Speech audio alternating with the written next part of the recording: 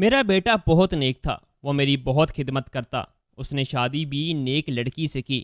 کچھ وقت بعد بیٹا بہو سعودی عرب حج پر چلے گئے۔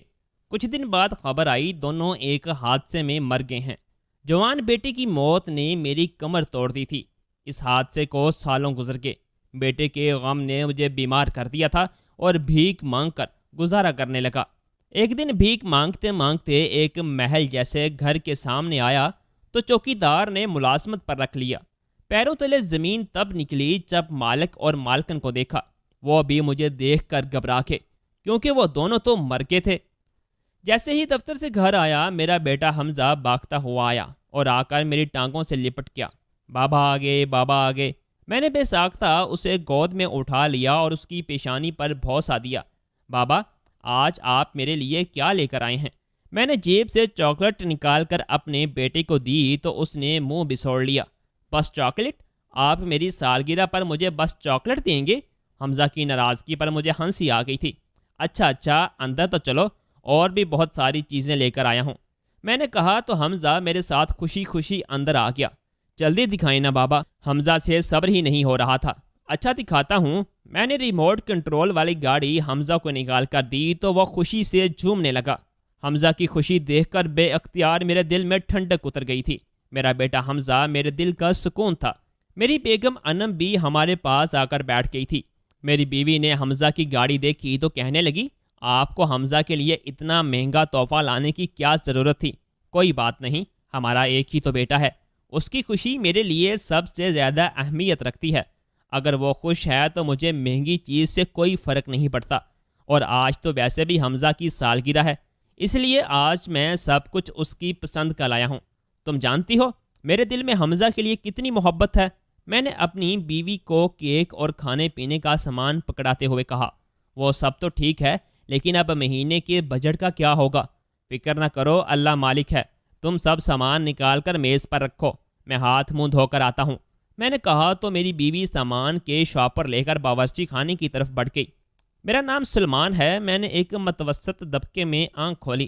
میرے والد کریانے کی ایک چھوٹی سی دکان چلاتے تھے، جس سے ہماری گزر بسر آرام سے ہو جاتی تھی۔ اماں ایک سادہ اور گھریلو خاتون تھی، جن کی زندگی کا مقصد اپنے بچوں کی پرورش اور شوہر کی اطاعت تھی۔ میں نے کبھی اپنی اماں کو ابا سے جھگڑا کرتے یا بے جا فرمائشیں کرتے نہیں دیکھا تھا۔ میں اپنے والدین کا ایک ہی بیٹا تھا۔ میری ایک چھوٹی بہن ہما تھی۔ میرے ابا زیادہ پڑھے لکھے نہیں تھے، انہوں نے مڈل تک تعلیم حاصل کی تھی، لیکن انہیں اپنے بچوں کو پڑھانے کا بہت شوق تھا۔ ابا اپنی دکان سے جو کما کر لاتے تھے، دکان کا خرچ نکال کر باقی رقم اماں کے ہاتھ پر رکھ دیتے تھے۔ اماں ہر مہینے گھر کے خرچے میں سے کچھ رقم نکال کر علیحدہ رکھ لیتی تھیں، تاکہ پیسوں کی وجہ سے کبھی میری پڑھائی میں کوئی رکاوٹ نہ آئے۔ میں اسکول کی تعلیم پاس کر کے کالج میں آ گیا تھا۔ مجھے فیس اور کتابوں کے لیے جتنی رقم درکار ہوتی، اماں نکال کر میرے ہاتھ پر رکھ دیتی تھی۔ میں حیران تھا کہ اماں نے کبھی مجھے پیسوں کے لیے انکار نہیں کیا تھا۔ پتہ نہیں اماں کے پاس یہ پیسے کہاں سے آتے ہیں۔ آخر ایک دن میں نے اماں سے پوچھ ہی لیا، اماں، مجھے جتنی رقم کی ضرورت ہوتی ہے آپ فوراً مہیا کر دیتی ہیں، آخر آپ کے پاس میری ضرورت کے مطابق پیسے کہاں سے آ جاتے ہیں؟ تب اماں نے مسکراتے ہوئے بتایا تھا کہ انہوں نے گھر کے اخراجات میں سے بچت کر کے میرے اور بہن کے لیے علیحدہ سے کچھ رقم جمع کر رکھی ہے، اور وہ مجھے اس رقم میں سے پیسے دیتی ہیں۔ میں اپنی ماں کی دور اندیشی اور کفایت شعاری کا قائل ہو گیا تھا۔ میری ماں تعلیم یافتہ نہیں تھی، انہوں نے تو کبھی اسکول کی شکل بھی نہیں دیکھی تھی، لیکن وہ اتنی سمجھدار تھی کہ اکثر میں ان کی سمجھداری پر حیران رہ جاتا تھا۔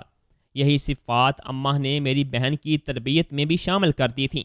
وہ بھی اماں کی طرح سلیقہ شعار اور سمجھدار تھی، اس لیے جلد ہی اس کے لیے خاندان سے مناسب رشتہ موجود ہوا تھا۔ اماں ابا کو لڑکا اور اس کے گھر والے دونوں ہی اچھے لگے تھے، اس لیے انہوں نے بہن کا رشتہ طے کر دیا تھا۔ اماں نے ہما کے جہیز کی کافی تیاریاں مکمل کر رکھی تھیں۔ کچھ رقم ابا کے پاس تھیں، یوں مناسب طریقے سے ہما کی شادی ہو گئی تھی اور وہ اپنے گھر کی ہو گئی تھی۔ ہما کی شادی کے بعد اماں پرسکون تو ہو گئی تھی، لیکن وہ بہت اکیلی بھی ہو گئی تھی۔ ابا تو صبح کے گئے رات کو ہی گھر واپس آتے تھے۔ میں بھی یونیورسٹی سے آ کر زیادہ تر اپنی پڑھائی میں مصروف رہتا تھا۔ ہما تھی تو گھر میں ہلچل مچی رہتی تھی۔ اس کی باتوں اور ہنسی سے گھر میں زندگی کا احساس ہوتا تھا۔ ہما کے جانے سے ہمارے گھر کی رونق بالکل ہی ختم ہو گئی تھی، اور اس کا سب سے زیادہ اثر اماں نے لیا تھا۔ وہ کافی چپ چپ اور اداس رہنے لگی تھیں۔ اماں کی صحت بھی اب پہلی جیسی نہیں رہتی تھی، وہ کافی کمزور ہو گئی تھیں اور ان کے گھٹنوں میں اکثر درد رہتا تھا۔ میری تعلیم مکمل ہوئی تو میں نے مختلف جگہوں پر ملازمت کے لیے درخواستیں جمع کروا دی تھیں۔ جلد ہی مجھے ایک پرائیویٹ کمپنی میں ملازمت مل گئی تھی۔ اماں چاہتی تھیں کہ جلد ہی میری شادی کر دیں تاکہ بہو کے آنے سے گھر کی رونق واپس آ سکے۔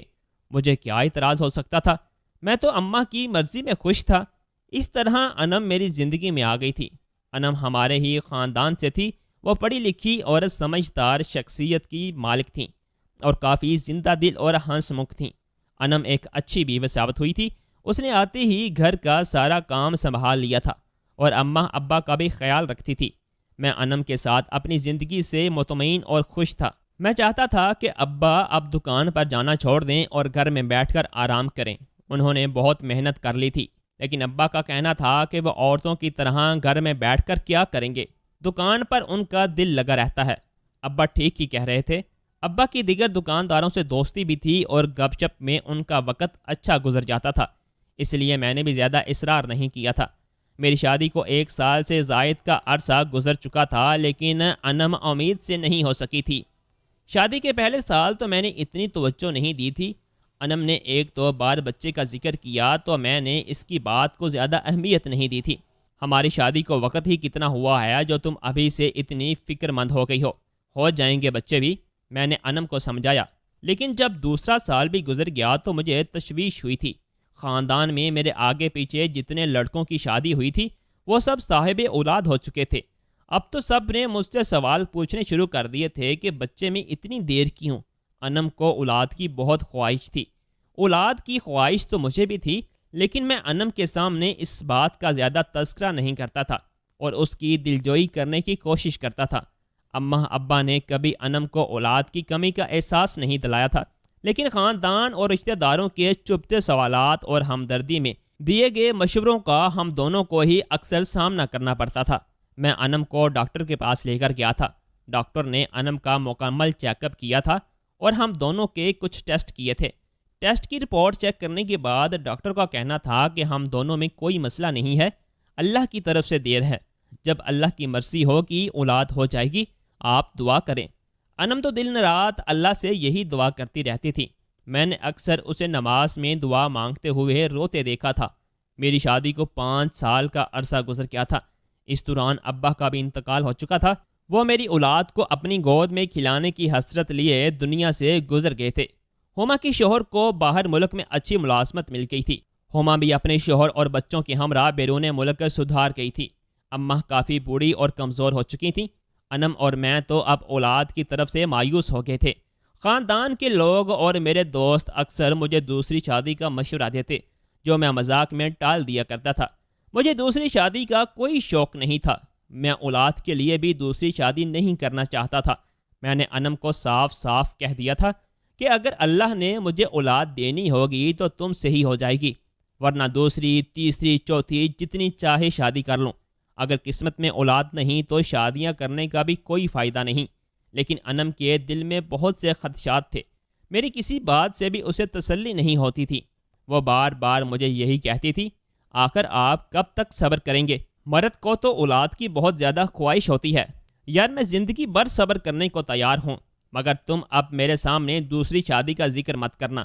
ایسا نہ ہو کہ سن کے میرا ارادہ بن جائے۔ میں مذاق کرتا تو انم بھی مسکرانے لگتی۔ آخر شادی کے 7 سال بعد اللہ کو ہم دونوں پر رحم آ گیا تھا۔ کچھ دنوں سے انم کی طبیعت گری گری سی تھی۔ میں نے اسے ڈاکٹر کے پاس جانے کا مشورہ دیا تھا۔ ڈاکٹر کے پاس جانے کی ضرورت نہیں، موسمی تبدیلی کا اثر ہے، کچھ دنوں میں طبیعت ٹھیک ہو جائے گی۔ انم نے کہا تو میں نے بھی زیادہ توجہ نہیں دی، لیکن کچھ دنوں بعد انم کی طبیعت مزید خراب ہو گئی تھی۔ اس کو کمزوری کے ساتھ ساتھ چکر بھی آنے لگے تھے۔ میں زبردستی انم کو ڈاکٹر کے پاس لے گیا تھا۔ ڈاکٹر نے انم کا الٹرا ساؤنڈ کرنے کے بعد اس کو امید سے ہونے کی خوشخبری سنائی تھی۔ مجھے اور انم کو تو ڈاکٹر کی باتوں پر یقین ہی نہیں آ رہا تھا۔ میں ہکا بکا ڈاکٹر کی شکل دیکھ رہا تھا۔ کیا یہ سچ ہے ڈاکٹر؟ انم نے لرزتی آواز میں پوچھا۔ جی ہاں، بالکل سچ ہے۔ ڈاکٹر نے مسکرا کر جواب دیا تو میری آنکھوں میں آنسو آ گئے تھے۔ انم تو زاروں قطار رو رہی تھی۔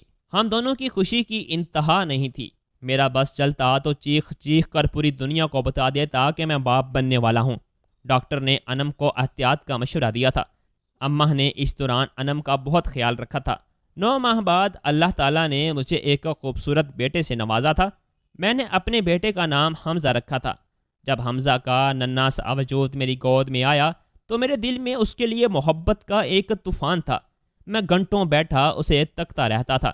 آج مجھے سمجھ آیا تھا کہ اولاد کی محبت کیا ہوتی ہے۔ سنا تھا کہ ماں اپنی اولاد سے باپ سے زیادہ محبت کرتی ہے، لیکن حمزہ کی محبت میں تو میں نے انم کی ممتا کو بھی مات دے دی تھی۔ حمزہ رات کو روتا تو میں رات رات بھر اسے گود میں لیے ٹہلتا رہتا تھا۔ اس کی طبیعت خراب ہوتی تو میری جان بر بن جاتی تھی۔ انم میری حرکتوں پر ہنستی تھی۔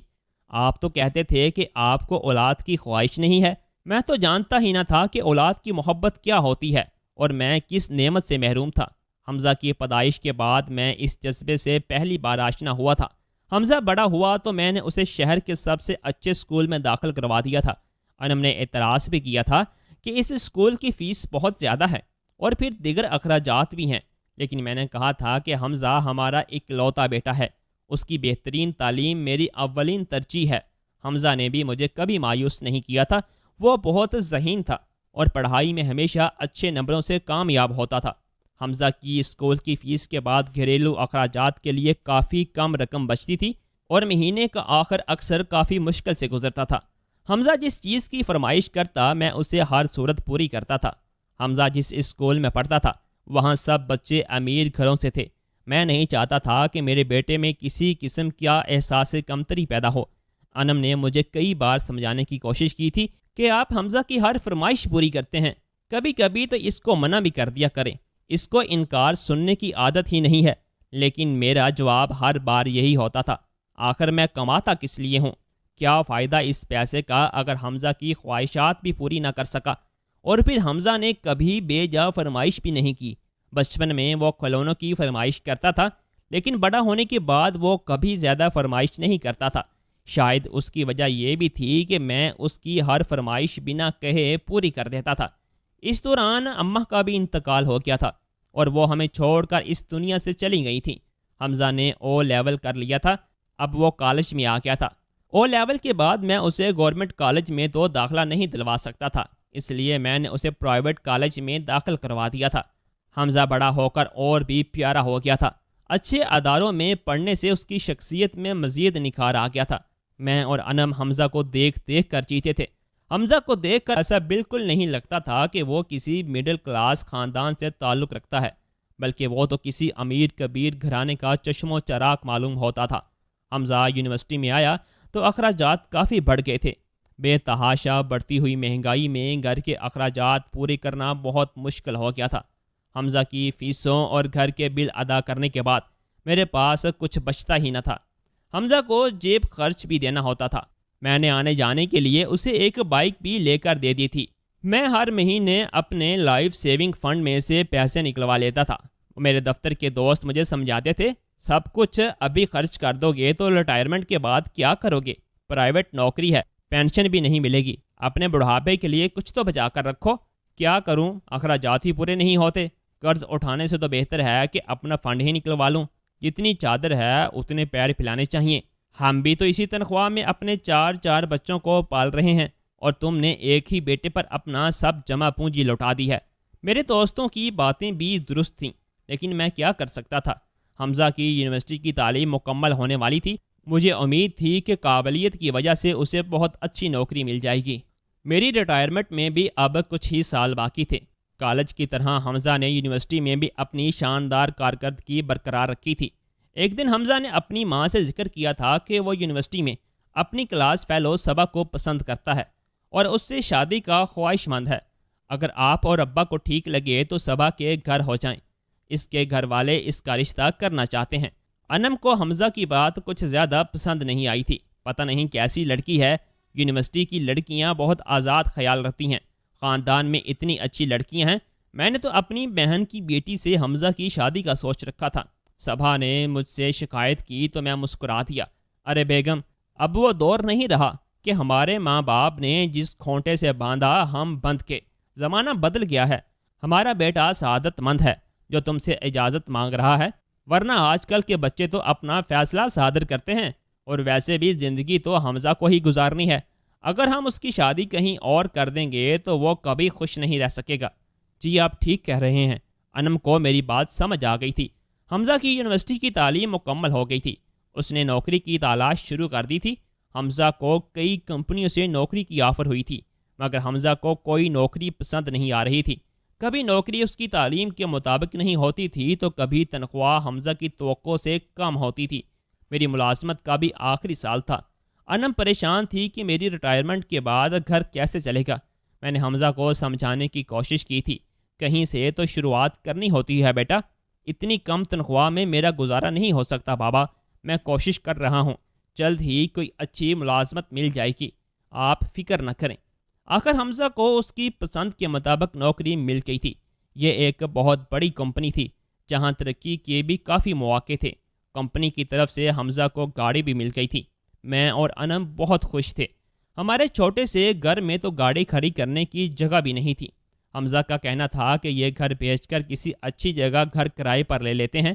میں یہ گھر بیچنا نہیں چاہتا تھا۔ اس گھر میں میرا بچپن گزرا تھا، میری سب یادیں اسی گھر سے جڑی تھیں۔ لیکن حمزہ کی بات بھی درست تھی۔ حمزہ کو اتنا پڑھا لکھا کر کنویں کا مینڈک تو نہیں بنا سکتا تھا۔ میں نے اپنا گھر بیچ دیا تھا اور حمزہ نے اپنی پسند کے مطابق ایک پوش علاقے میں جدید طرز کا بنا ہوا مکان کرائے پر لے لیا تھا۔ حمزہ کو نوکری ملتے ہی صبا کے گھر والوں نے شادی کا مطالبہ کر دیا تھا۔ یوں ہم نے حمزہ اور صبا کی شادی کر دی تھی۔ صبا اچھی بچی تھی، وہ میرا اور انم کا بہت خیال رکھتی تھی۔ انم کا صبا کے ساتھ بہت دل لگ گیا تھا۔ میں نے خدا کا شکر ادا کیا کہ میں اپنی ذمہ داریوں سے فارغ ہو چکا ہوں۔ میں اپنے دفتر سے ریٹائر ہو گیا تھا۔ مجھے دفتر سے کوئی رقم نہیں ملی تھی۔ میں اپنا تمام فنڈ تو پہلے ہی نکلوا کر خرچ کر چکا تھا۔ اب مجھے رقم کی ضرورت بھی نہیں تھی۔ حمزہ اچھا کما رہا تھا اور گھر کی تمام ذمہ داریاں اٹھا رہا تھا۔ میں خوش تھا اور اب صرف آرام کرنا چاہتا تھا۔ مگر یہ خوشی اور اطمینان بھری زندگی مجھے راس نہیں آئی تھی۔ اچانک انم کی طبیعت خراب رہنے لگی تھی۔ حمزہ بہترین ڈاکٹر سے انم کا علاج کروا رہا تھا، مگر کوئی فرق نہیں پڑ رہا تھا۔ اس کی طبیعت دن بدن بگڑتی جا رہی تھی اور اس بیماری کے دوران ایک دن انم کا انتقال ہو گیا تھا۔ میری تو دنیا ہی اجڑ گئی تھی۔ انم ایک بہترین رفیق حیات اور میری دکھ سکھ کی ساتھی تھی۔ اس نے زندگی میں کافی تنگی برداشت کی تھی اور بہت سی قربانیاں دی تھیں، اور جب اچھا وقت آیا تو وہ مجھے چھوڑ کر ہمیشہ کے لیے چلی گئی تھی۔ انم کی وفات نے مجھے بہت غمزدہ اور اداس کر دیا تھا۔ میں ہر وقت انم کو یاد کرتا رہتا تھا۔ حمزہ بھی ماں کے انتقال سے بہت اداس تھا۔ وہ بار بار ماں کو یاد کرتا تھا۔ رفتہ رفتہ حمزہ تو اس غم کو کسی حد تک فراموش کر چکا تھا، مگر انم کو بھلانا میرے بس کی بات نہیں تھی۔ عمر کے اس حصے میں مجھے اس کی سب سے زیادہ ضرورت تھی۔ میں بالکل تنہا اور اکیلا رہ گیا تھا۔ میں گھنٹوں تنہائی میں بیٹھا ماضی کو یاد کرتا رہتا تھا۔ زندگی کی مصروفیات نے کبھی مجھے انم کے ساتھ بھرپور طریقے سے لطف اٹھانے کا موقع ہی نہیں دیا تھا، اور جب فراغت نصیب ہوئی تو وہ مجھے چھوڑ کر چلی گئی تھی۔ شاید اسی لیے کہتے ہیں کہ زندگی کے ہر لمحے کا درست وقت پر لطف اٹھانا چاہیے، کیونکہ بعد میں ہمارے پاس وقت اور پیسہ تو ہوتا ہے مگر وہ رشتے موجود نہیں ہوتے۔ میرے ساتھ بھی یہی ہوا تھا۔ جب میرے پاس انم کے ساتھ گزارنے کے لیے بہت سا وقت تھا تو وہ مجھے چھوڑ کر چلی گئی تھی۔ حمزہ اور اس کی بیوی میرا بہت خیال رکھتے تھے اور میری دلجوئی کرنے کی ہر ممکن کوشش کرتے تھے، مگر وہ انم کا نعم البدل تو نہیں ہو سکتے تھے۔ حمزہ تو سارا دن دفتر میں سر کھپا کر رات کو ہی واپس آتا تھا، پھر بھی وہ میرے پاس بیٹھتا اور میرا حال چال پوچھتا تھا، لیکن میں اسے آرام کرنے کے لیے کمرے میں بیچ دیتا تھا۔ میں سارا دن بستر پر پڑے گزار دیتا تھا۔ حمزہ نے مجھے نئے ماڈل کا جدید فون لا کر دیا تھا، لیکن میں نے ساری زندگی کسی سے اتنا گہرا تعلق ہی نہ بنایا تھا کہ اب میں فون پر اس سے گفتگو کرتا۔ کبھی کبھی ہما اور اس کے بچوں سے بات ہو جاتی تھی۔ حمزہ کی کمپنی کی طرف سے ہر سال 5 افراد کو حج پر بھیجا جاتا تھا۔ حمزہ کو بھی اس سال اس کی بیوی کے ساتھ حج پر بھیجا جانا تھا۔ ان کا تمام خرچہ کمپنی ہی برداشت کر رہی تھی۔ حمزہ نے کہا تھا، بابا ابھی میرے پاس اتنے پیسے نہیں کہ آپ کو اپنے ساتھ حج پر لے جا سکوں، لیکن جیسے ہی میں سیٹ ہو جاؤں گا آپ کو ضرور حج کراؤں گا۔ میں نے خود بھی تو کچھ پیسہ نہ بچایا تھا، ورنہ آج میں حمزہ کے ساتھ ہی چلا جاتا۔ حمزہ چلا گیا تو میں گھر پر اکیلا رہ گیا تھا۔ حمزہ نے ملازمہ کو ہدایت کر رکھی تھی کہ وہ میرے کھانے پینے کا خیال رکھے۔ ملازمہ آتی تو گھر کے باقی کاموں کے ساتھ کھانا بھی بنا کر رکھ جاتی تھی۔ مجھے تو بھوک ہی نہیں لگتی تھی۔ اکیلا گھر اور تنہائی مجھے کاٹ کھانے کو دوڑتی تھی۔ حمزہ کی واپسی کے دن قریب آ رہے تھے۔ میں خوش تھا کہ اب حمزہ واپس آنے والا ہے۔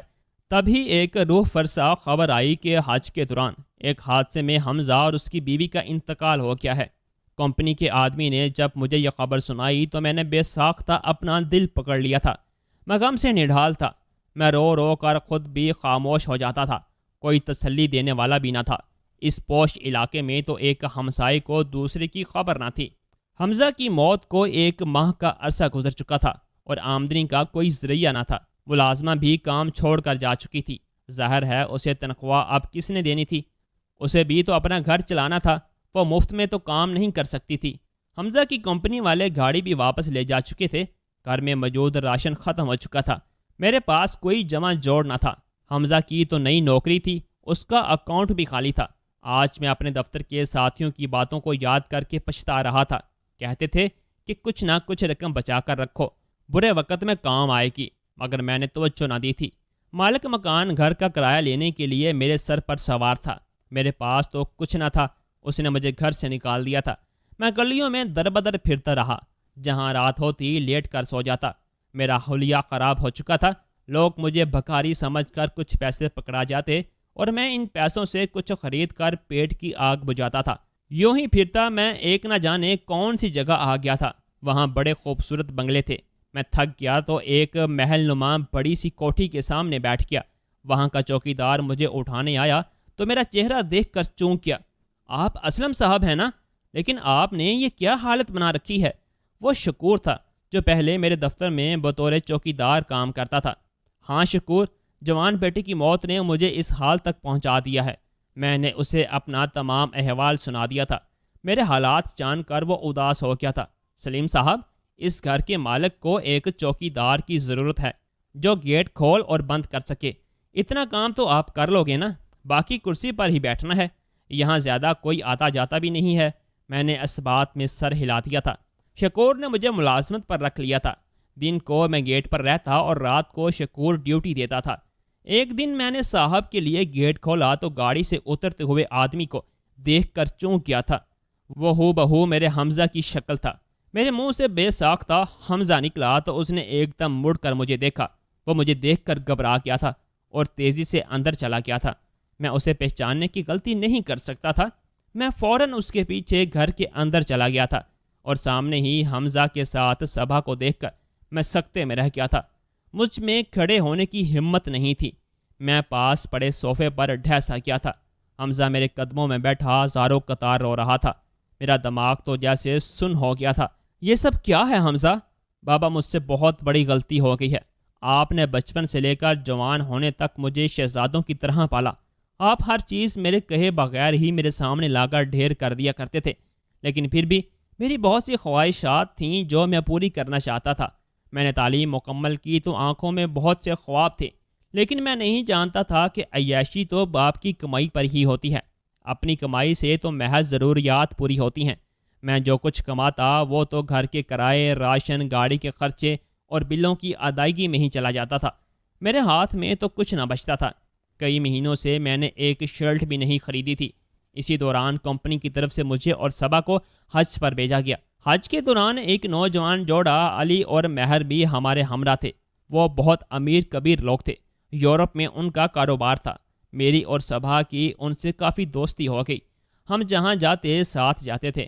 ان لوگوں نے ہمیں بتایا کہ وہ کچھ ماہ پہلے ہی یورپ سے پاکستان میں شفٹ ہو گئے ہیں۔ مہر کا تو آگے پیچھے کوئی نہ تھا۔ علی کا ایک بھائی تھا جو کسی اور ملک میں اپنا کاروبار کا مالک تھا۔ علی یورپ میں اپنے والدین کے انتقال کے بعد پاکستان آ گیا تھا۔ انہوں نے بتایا کہ یہاں انہیں کوئی بھی نہیں جانتا اور نہ ہی ان کا یہاں کوئی رشتہ دار ہے۔ وہ خوش تھے کہ ہماری جان پہچان ہو گئی ہے اور پاکستان جا کے بھی ہم ملتے رہیں گے، لیکن حج کے دوران کرین گرنے سے وہ دونوں اللہ کو پیارے ہو گئے تھے۔ میں اور صبا ان سے کچھ فاصلے پر تھے، اس لیے ہم بچ گئے تھے۔ میں لالچ میں آ گیا تھا۔ میں نے جلدی سے ان کے کاغذات اور پاسپورٹ اپنے پاسپورٹ سے تبدیل کر لیے تھے۔ سب کو یہی لگا کہ میرا اور صبا کا انتقال ہو گیا ہے۔ میں ان کی جگہ اس گھر میں آ کر عیش و عشرت کی زندگی گزارنے لگا۔ ان کے بینک اکاؤنٹ سے پیسے نکلوا کر اپنی شناخت کو پورا کرتا رہا۔ میں نے آپ سے بھی اس لیے رابطہ نہیں کیا کہ کہیں کسی کو ہمارے اوپر شک نہ ہو جائے، لیکن اتنی دولت حاصل کرنے کے بعد بھی مجھے سکون نہیں ملا۔ مجھے راتوں کو نیند نہیں آتی تھی۔ اماں خواب میں مجھے ناراض دکھائی دیتی ہیں۔ وہ دونوں میاں بیوی علی اور مہر مجھے اکثر راتوں کو اس گھر میں چلتے پھرتے ہنستے دکھائی دیتے ہیں۔ صبا بھی ہر وقت مجھے ملامت کرتی ہے۔ میں افسوس اور ندامت میں مبتلا تھا، اپنی حرکت پر پچھتا رہا تھا، لیکن اگر میں کسی کو بتاتا تو پولیس مجھے فراڈ کے الزام میں گرفتار کر کے لے جاتی۔ اس ڈر سے میں خاموش رہا۔ ایک دن میں چہرہ چھپا کر آپ سے ملنے پرانے گھر گیا، لیکن وہاں تو کوئی اور لوگ ہی رہ رہے تھے۔ انہوں نے بتایا کہ وہ نہیں جانتے کہ آپ کہاں ہیں۔ تب سے میں بہت پریشان تھا۔ اللہ نے مجھے اولاد کی خوشی دی، لیکن میرا بچہ نہ بچ سکا۔ پیدا ہونے کے بعد فوراً ہی اس کا انتقال ہو گیا۔ جب سے میں نے اپنے نومولود بچے کو اپنے ہاتھوں سے دفنایا ہے، مجھے سمجھ آ گئی ہے کہ والدین کی محبت کیا ہوتی ہے۔ مجھے معاف کر دیں بابا۔ مجھے سمجھ آ گئی ہے کہ اصلی سکون چیزوں اور دولت میں نہیں، بلکہ سچائی میں ہے، اپنے رشتوں کے ساتھ میں ہے۔ مجھے معاف کر دیں بابا۔ میں نے حمزہ کو معاف کر دیا تھا۔ میں اس سے ناراض رہ بھی نہیں سکتا تھا۔ میں نے بینک سے معلومات لے کر علی اور مہر کے رشتہ داروں کی تلاش شروع کر دی تھی۔ جلد ہی علی کے بھائی سے میرا رابطہ ہو گیا تھا اور وہ پاکستان آ گیا تھا۔ میں نے تمام صورتحال اس کے سامنے رکھ دی تھی۔